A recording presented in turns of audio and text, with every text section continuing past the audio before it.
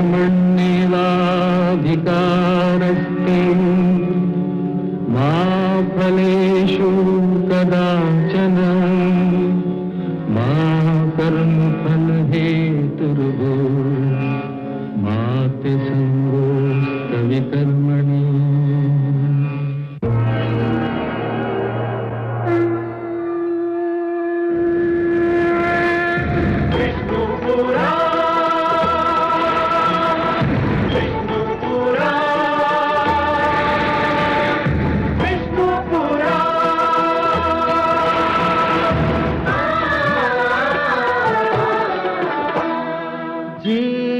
ज्ञान ब्रह्म ज्ञान अथ श्री विष्णु पुराण ओम की कथा महान जय श्री विष्णु पुराण विष्णु पुराण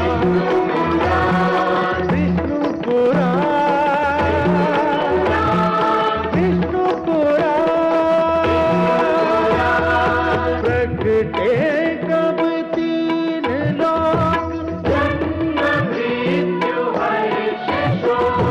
पृथ्वी जल वायु गगन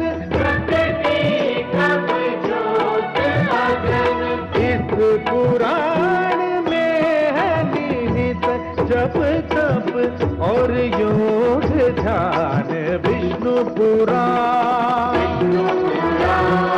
विष्णु पुराण विष्णु पुराण।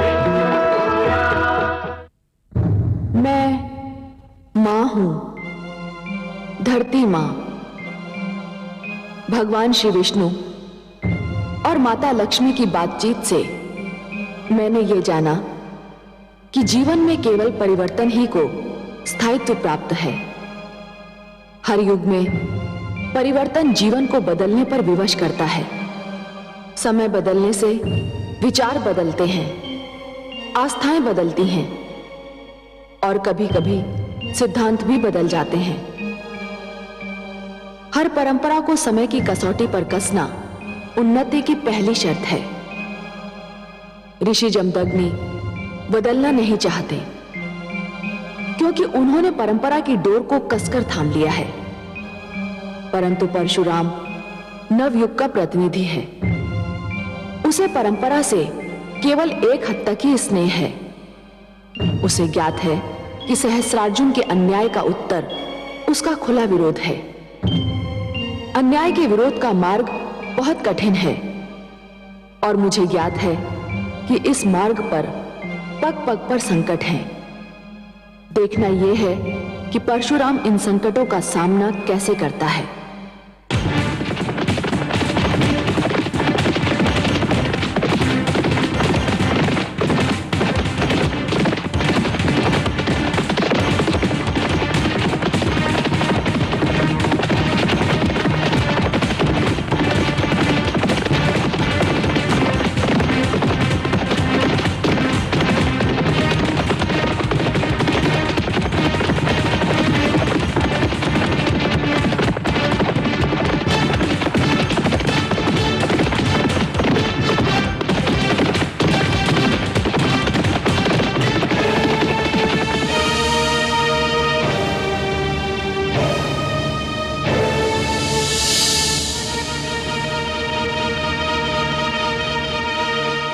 ऋषिवर, मैं नहीं चाहता कि यह क्षेत्र एक बार फिर अग्नि और मानव रक्त के सागर में परिवर्तित हो जाए। मैं यह भी नहीं चाहता कि हमारा खड़ग एक बार फिर मानव रक्त से अपना मुख लाल करे। मैं यह भी जानता हूं कि आप भी यह नहीं चाहते होंगे। मैं ऋषि हूं और ये मेरे विद्यार्थी हैं। अहिंसा मेरा परम धर्म है और मैं उसी धर्म की शिक्षा इन्हें भी दे रहा हूं। अब भी यह कहने की आवश्यकता रह गई है कि हमें रक्त और अग्नि के इस खेल से कितनी घृणा है। यह खेल बंद भी हो सकता है ऋषिवर। मैं युद्ध विराम भी कर सकता हूं, परंतु यदि आप चाहे तो इस रक्तपात को रोकने के लिए मुझे क्या करना होगा? एक छोटा सा कार्य है ऋषिवर। एक छोटी सी बात है। सुशीला मुझे दे दो। तुम ये संदेश पहले भी मुझे भेज चुके हो और मुझे पूर्ण विश्वास है कि तुम्हें अपने संदेश के लिए मेरा उत्तर भी तुम्हें मिल चुका होगा। एक पशु एक गाय के लिए इतना बड़ा संकट मोल ले रहे हो ऋषिवर? प्रश्न एक पशु का नहीं, प्रश्न एक सिद्धांत का है सहस्त्र अर्जुन। सिद्धांत? कैसा सिद्धांत? सहस्त्र अर्जुन, हमने अपने पुरखों से जो शिक्षा पाई है और हम अपनी नवयुवक पीढ़ी को जो शिक्षा देते हैं उसके अनुसार जो राजा होता है, जिसके हाथों में सत्ता होती है, उसे स्वयं को प्रजा की संपत्ति और प्राणों का रक्षक सिद्ध करना होता है। उनका स्वामी नहीं, उसके विशेष अधिकार अवश्य होते हैं, किंतु वो प्रजा के अधिकारों का हनन नहीं कर सकता। तुम्हारे राजकुमार को यदि सुशीला भाग गई थी तो उन्हें हमसे विनती करनी चाहिए थी, हमसे प्रार्थना करनी चाहिए थी। विनती? प्रार्थना?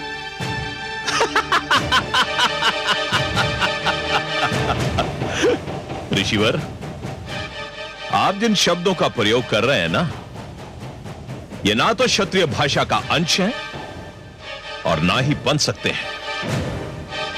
स्पष्ट और सरल बात यह है ऋषिवर कि हमारे पुत्रों ने सुशीला की मांग की है और उनकी मांग पूरी करना पिता के नाते हमारा कर्तव्य है। तो फिर तुम भी सुन लो सहस्त्र अर्जुन, सुशीला मेरी संपत्ति है और अपनी संपत्ति की रक्षा करना मेरा भी धर्म है। और यह धर्म आप कैसे निभाएंगे ऋषिवर? शस्त्र उठाकर। शस्त्र उठाकर?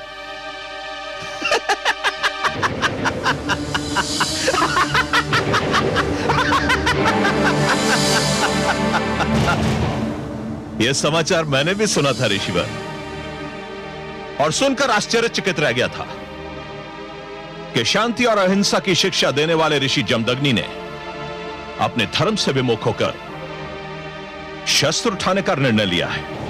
अच्छा,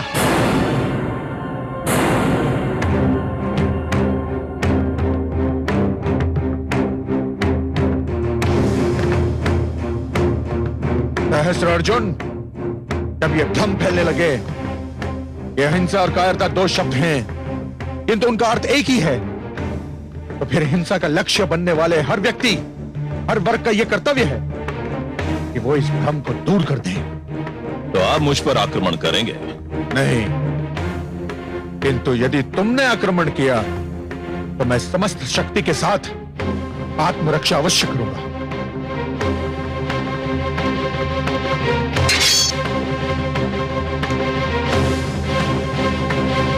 तो फिर संभलिए ऋषिवर, और क्षत्रिय को ललकारने का परिणाम भी देख लीजिए। स्मरण रहे सहस्त्र अर्जुन, जो शस्त्र विद्या सिखा सकते हैं वो स्वयं युद्ध भी कर सकते हैं।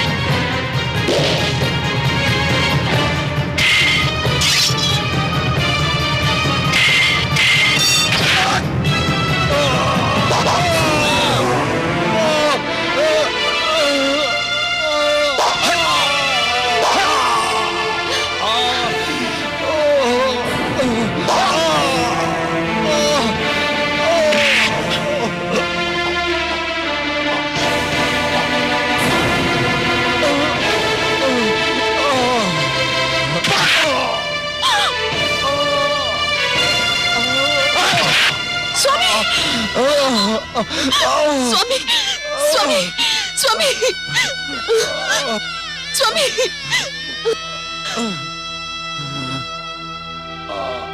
मुझे खेद है ऋषिवर कि आप अपने शिष्यों को शस्त्र विद्या तो अवश्य सिखा सकते हैं, लेकिन इन शस्त्रों का प्रयोग करना आपके वश की बात नहीं। आचार्य होना और बात है और योद्धा होना और बात। यदि आपने मुझे यह गैया सौंप दी होती तो आपको अपने परिवार और इन शिष्यों के बीच लज्जित न होना पड़ता।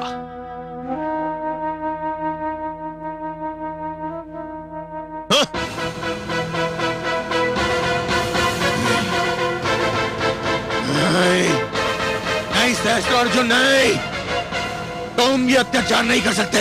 गाय को खोल कर ले जाओ। नहीं नहीं नहीं सुशीला, मुझे क्षमा कर देना, मैं तुम्हारी रक्षा नहीं कर पाया। अब तुम्हें अपनी रक्षा स्वयं करनी होगी। सुशीला, सुशीला।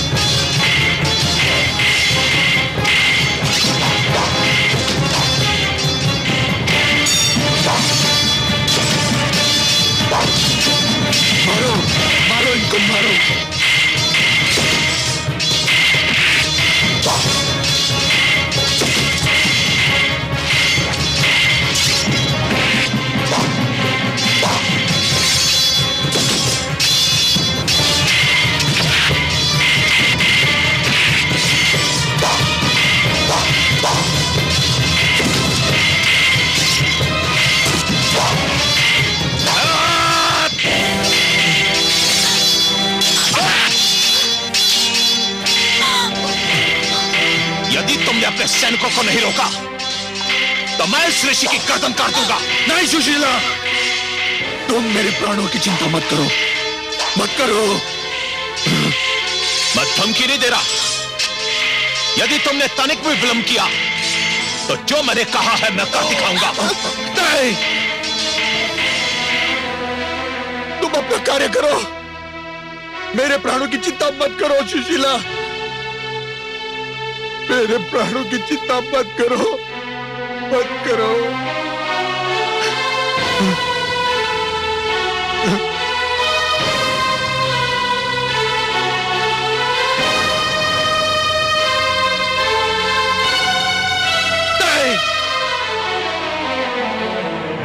मेरे प्राणों की चिंता मत करो सुशीला, मत करो,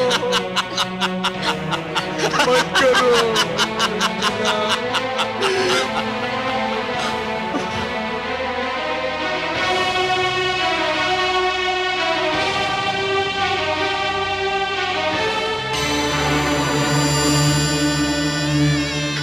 मत करो सुशीला, मत करो, मेरे प्राणों की चिंता मत करो, इन्हें वापस मत बुलाओ सुशीला, सैनिकों, इस कैया को खोल लो। सुशीला, सुशीला।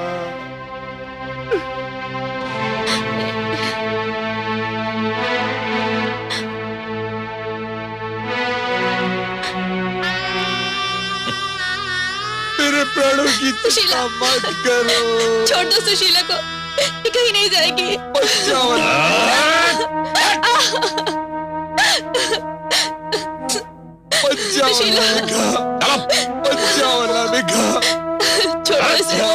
छोड़ दो सुशीला को, छोड़ दो। बचाओ अनामिका, बचाओ। चलो। अनामिका को रोको। सुशीला, सुशीला, सुशीला, सुशीला, सुशीला, सुशीला। स्वामी, स्वामी, स्वामी, पुत्र, स्वामी, स्वामी क्या हुआ?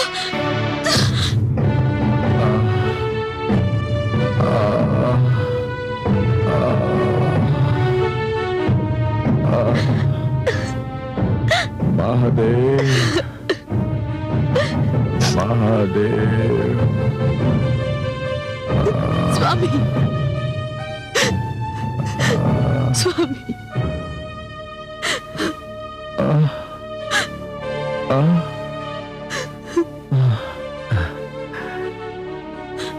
परशुराम, पुत्र तुम सत्य कहते थे। आवश्यकता पड़ने पर शस्त्र केवल आत्मरक्षा के लिए नहीं,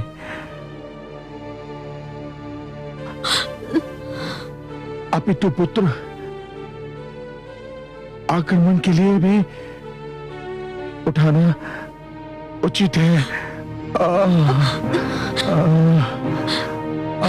स्वामी, महादेव, स्वामी, महादेव, महादेव।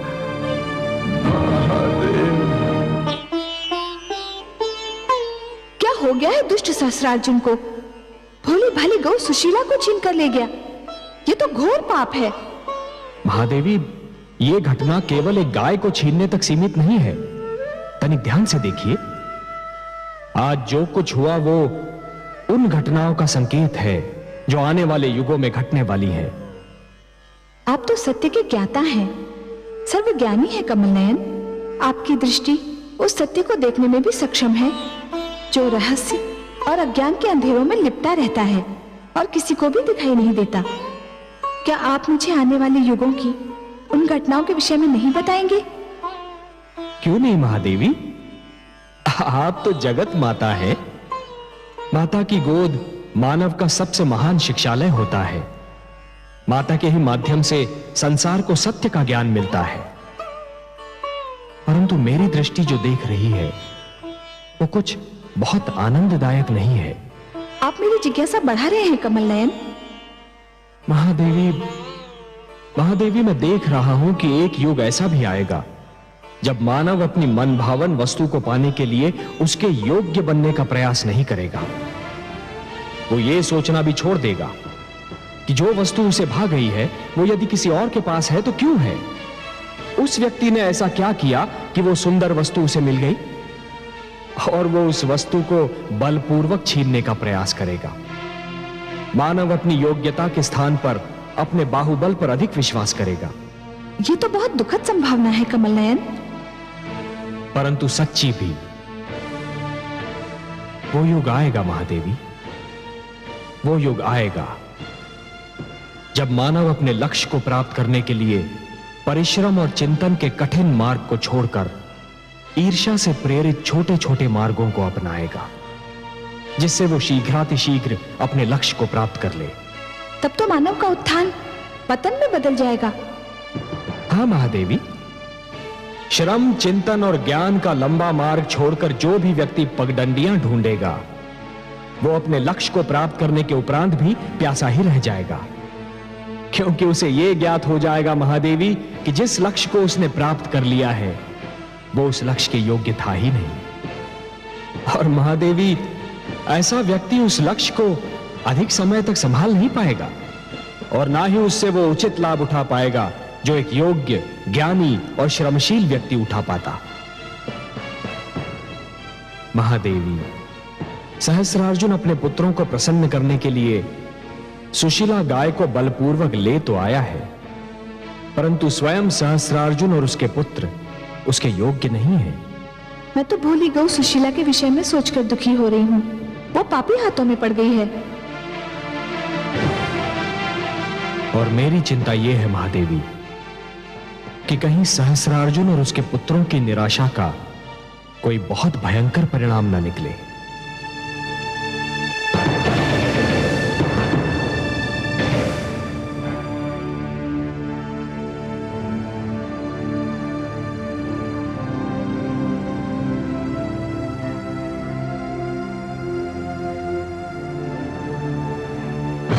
मेरे राजकुमारों, मेरे पुत्रों, मैंने तुम्हारी मनोकामना पूरी कर दी है। तुम्हें ऋषि जमदग्नि की गाय सुशीला भागी थी ना? मैं तुम्हें यह दिखाना चाहता था कि तुम्हारा पिता अपने पुत्रों से कितना प्रेम करता है। मैं सुशीला को ले आया। सुशीला बाहर उपस्थित है, तुम जाकर देख सकते हो। सम्राट सहस्रार्जुन की जय, पिताश्री की जय। हमें गर्व है कि ईश्वर ने हमें इतना प्रेमी पिता दिया है। हमें आप पर गर्व है पिताश्री। आपने हमारी हार्दिक इच्छा पूरी कर दी है पिताश्री। ये तो तुम्हारे भाग्य अच्छे थे पुत्रों कि परशुराम अपने पिता से झगड़ा करके आश्रम से कहीं दूर चला गया था, नहीं तो सुशीला को यहां तक लाना इतना सरल नहीं था। तुमने सत्य ही कहा था पुत्रों। सुशीला एक चमत्कारी गाय है। मैं उसके चमत्कार अपनी आंखों से देख चुका हूं। क्या सुशीला ने आपके लिए कोई बाधा उत्पन्न की? बाधा? पुत्र, यदि मैंने ऋषि जमदग्नि को अपनी ढाल ना बुला लिया होता तो संभवतः ना मेरी सेना बचती ना मैं। यदि मैंने सुशीला को लाने का वचन न दिया होता तो मैं ये जोखिम कदापि ना उठाता।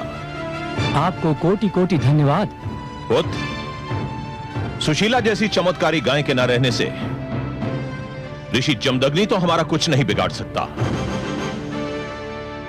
परंतु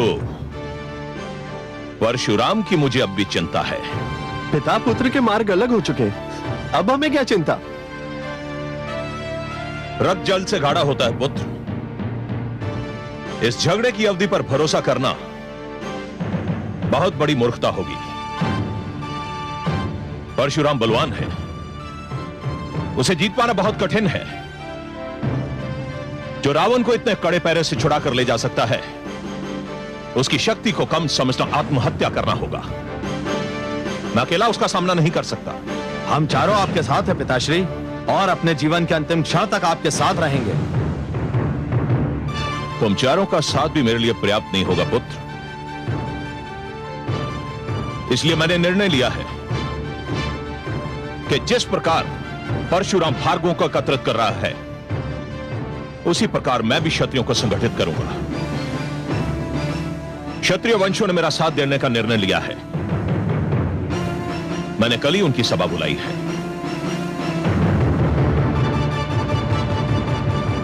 चलो भैया, पहले सुशीला के दर्शन तो कर लिए जाएं। चलो चलो चलो चलो।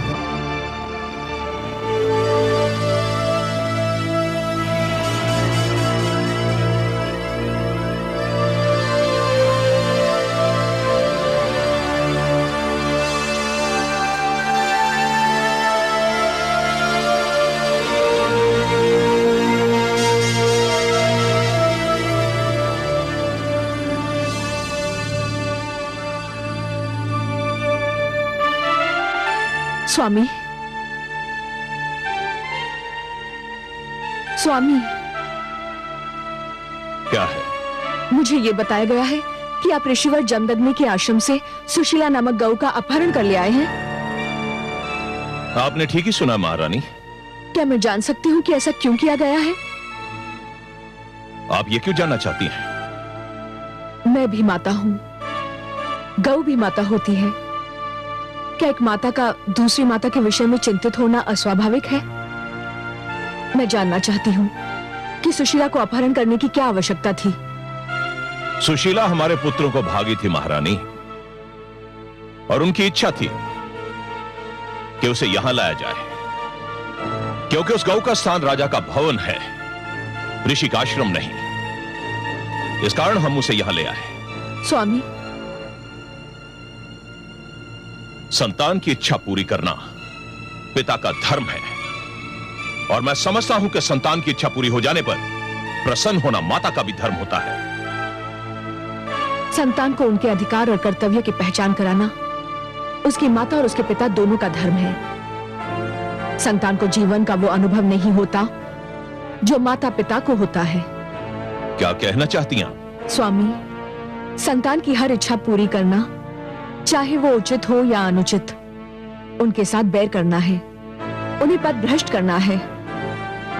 वे तो बालक हैं, उनकी बुद्धि और विचार शक्ति अभी भलीभांति विकसित नहीं हुई है। उन्हें तो कुछ भी भा सकता है, वो अच्छा हो या बुरा, उचित हो या अनुचित। उन्हें यह बताना कि उनकी कौन सी मांग उचित है और कौन सी अनुचित आपका और मेरा धर्म है। और मुझे दुख है कि आपने अपना धर्म नहीं निभाया। महारानी, यदि संतान कोई ऐसी इच्छा प्रकट करे जो नैतिक रूप से अनुचित और अमान्य हो, तो माता पिता का कर्तव्य है कि उसे समझाए प्यार से, और नाकाम चले तो दृढ़ता से। सुशीला का अपहरण और ऋषि जमदग्नि पर प्राणलेवा आक्रमण जैसे दो महान पाप आपने किए हैं। स्वामी, कहीं हमारे परिवार को इनका दंड न भोगना पड़े। आप व्यर्थ में अपना समय नष्ट कर रही हैं महारानी। जो होना था वो हो चुका, और मुझे ये भय है महाराज कि जो होना है वो भी होकर रहेगा।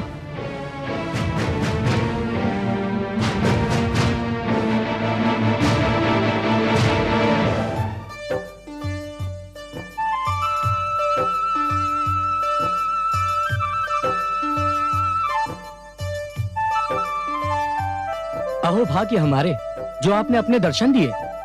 हमारे राजभवन पधार कर आपने हमें कृतार्थ किया देवी।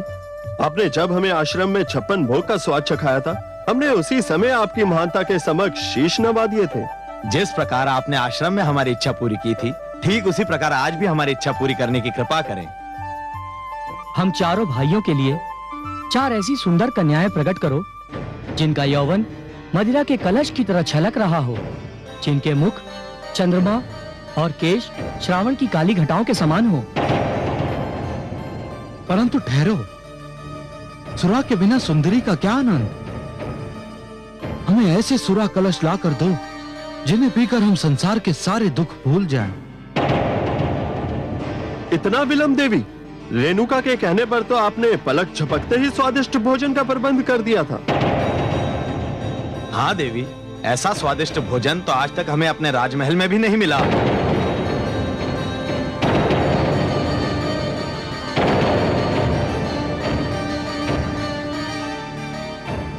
क्या हो गया सुशीला को?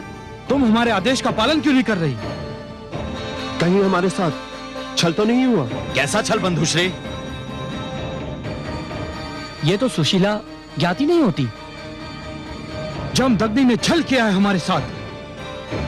ये वो गौ नहीं है। अवश्य ही ये कोई साधारण गौ है।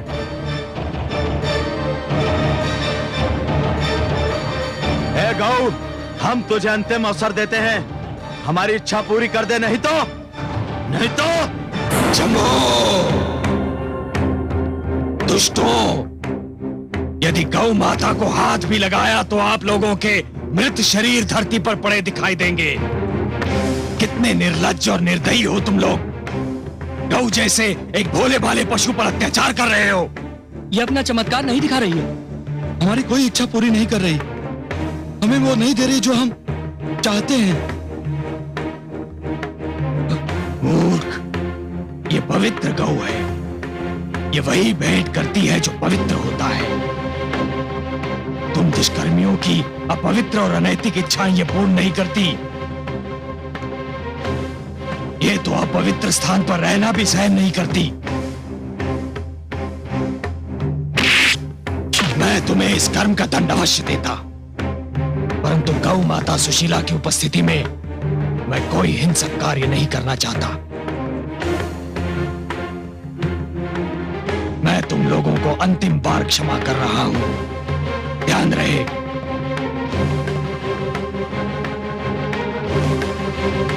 चलिए माता, ये स्थान आपके लिए अपवित्र है। चलिए।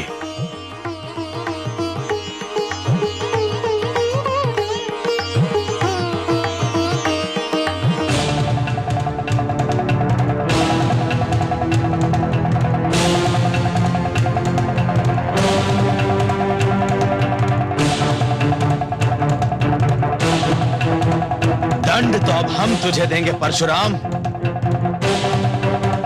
इससे पहले कि जमदग्नि के आश्रम में पहुंचे, हम चारों को वहां पहुंचना होगा। चलो भाइयों।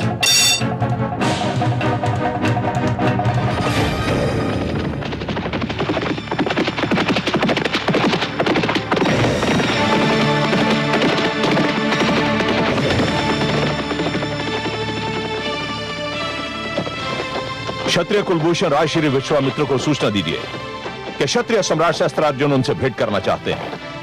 पधारिए सम्राट, गुरुवर संध्या वंदन में व्यस्त हैं। मैं अभी जाकर उन्हें सूचित करता हूँ।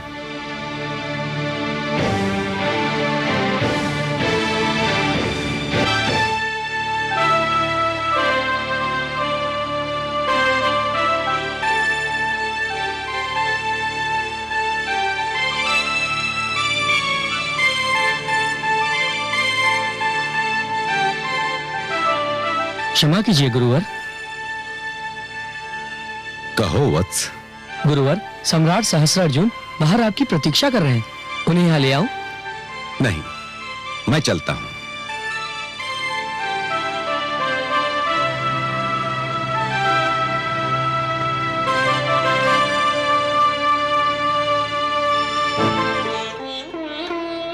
प्रणाम महाराज ऋषि विश्वरथ।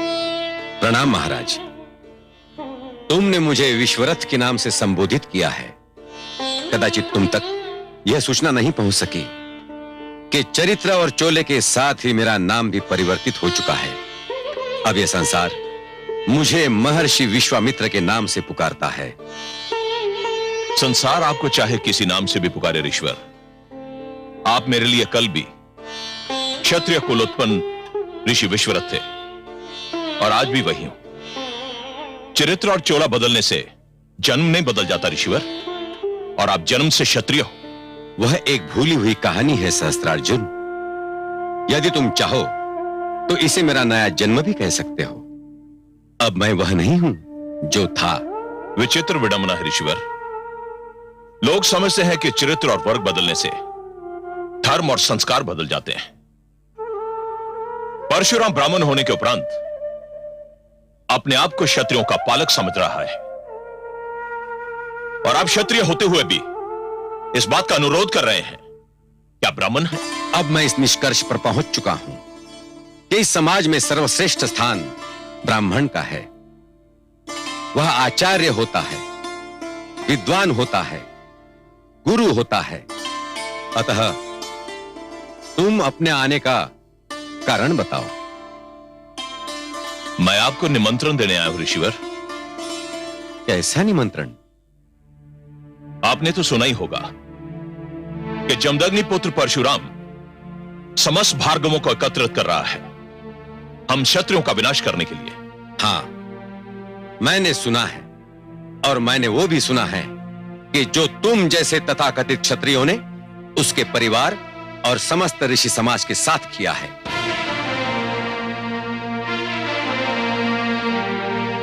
मैंने जो कुछ भी किया है ऋषिवर, वो क्षत्रिय समाज की प्रभुसत्ता स्थापित करने के लिए किया था, और जो कुछ भी करूंगा उसी उद्देश्य के साथ करूंगा। मैं आपको न्योता देने आया ऋषिवर कि आप क्षत्रिय समाज के पुनर्गठन में मेरा सहयोग दें। तो तुम मुझसे जाति के नाम पर सहयोग मांगने आए हो? यही समझ लीजिए ऋषिवर। तब तो मुझे खेद है सहस्त्रार्जुन कि मैं तुम्हें निराश ही करूंगा। मैं जातिवाद के पक्षपात को मानव समाज की प्रगति की राह का सबसे बड़ा रोड़ा समझता हूं। हे सहस्त्रार्जुन, तुम्हारे पिता श्री कृतवीर्य एक महान व्यक्ति थे और भगवान दत्तात्रेय ने भी तुम्हें प्रसन्न होकर सहस्त्र बाहुओं का बल दिया था। वो इसलिए नहीं कि तुम्हारे सहस्त्र बाहु अत्याचार के सहस्त्र द्वार खोल दे। तो आप इस बात से सहमत नहीं है ऋषिवर कि हम क्षत्रियों को अपने बचाव के लिए एक होना चाहिए? तुम आक्रमण को बचाव कहते हो, अत्याचार को आत्मरक्षा समझते हो। नहीं सहस्त्रार्जुन, मैं तुमसे तनिक भी सहमत नहीं। तुम आज किस मुंह से क्षत्रिय एकता की बात कर रहे हो? क्या तुम भूल गए कि तुमने स्वयं 25 क्षत्रिय राजाओं का वध किया था? मेरा तुम्हें यह परामर्श है कि वो डगर छोड़ दो जो विनाश की ओर जाती है। जाओ, चले जाओ यहां से। मैं तुम्हारे लिए कुछ भी नहीं कर सकता।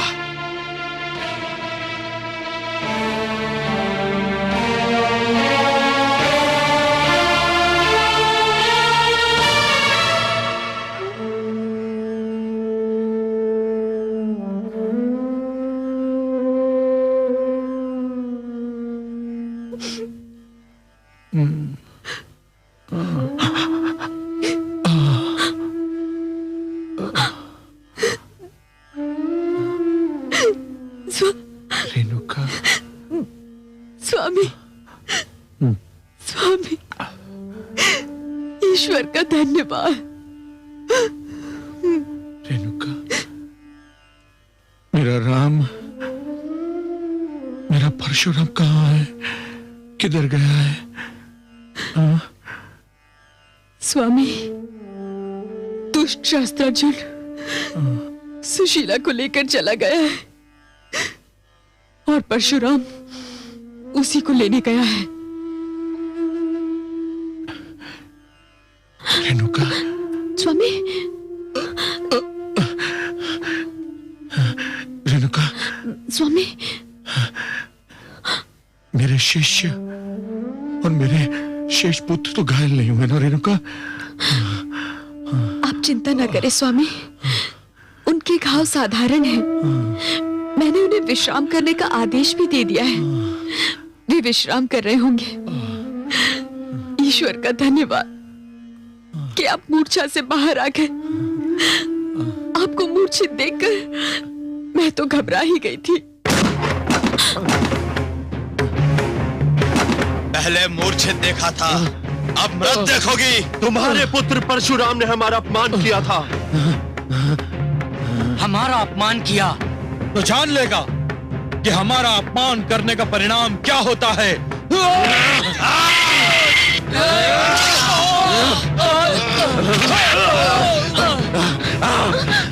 आओ, आओ सब बोलो।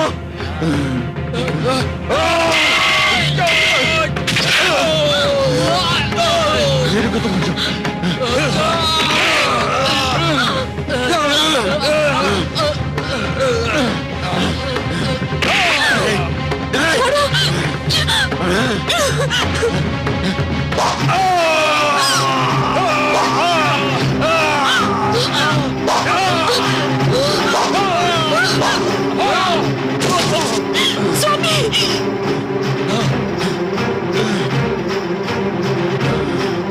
छोड़ो, छोड़ो,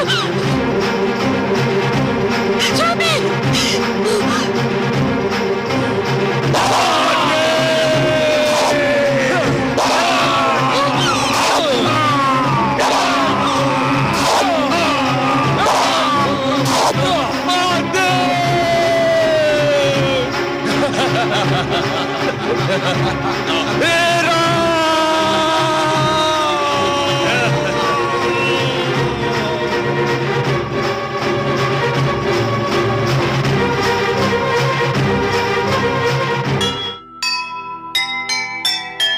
फैली अत्याचार की आंधी चारों ओर, छाया है संसार पर अंधकार घन घोर।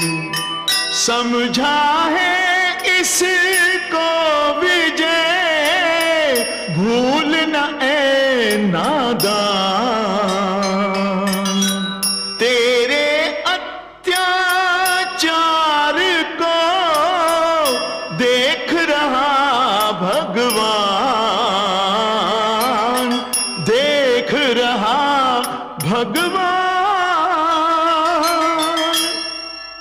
जो सुनेगा ये पुराण पाएगा सुख और ज्ञान, पाएगा सुख और ज्ञान।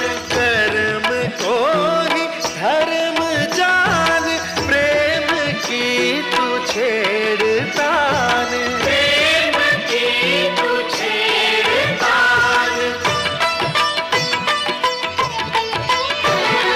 बीते युग बता रहे हैं, बीते युग बता रहे हैं, सत्य पथ पे चल सुजान। विष्णु पुराण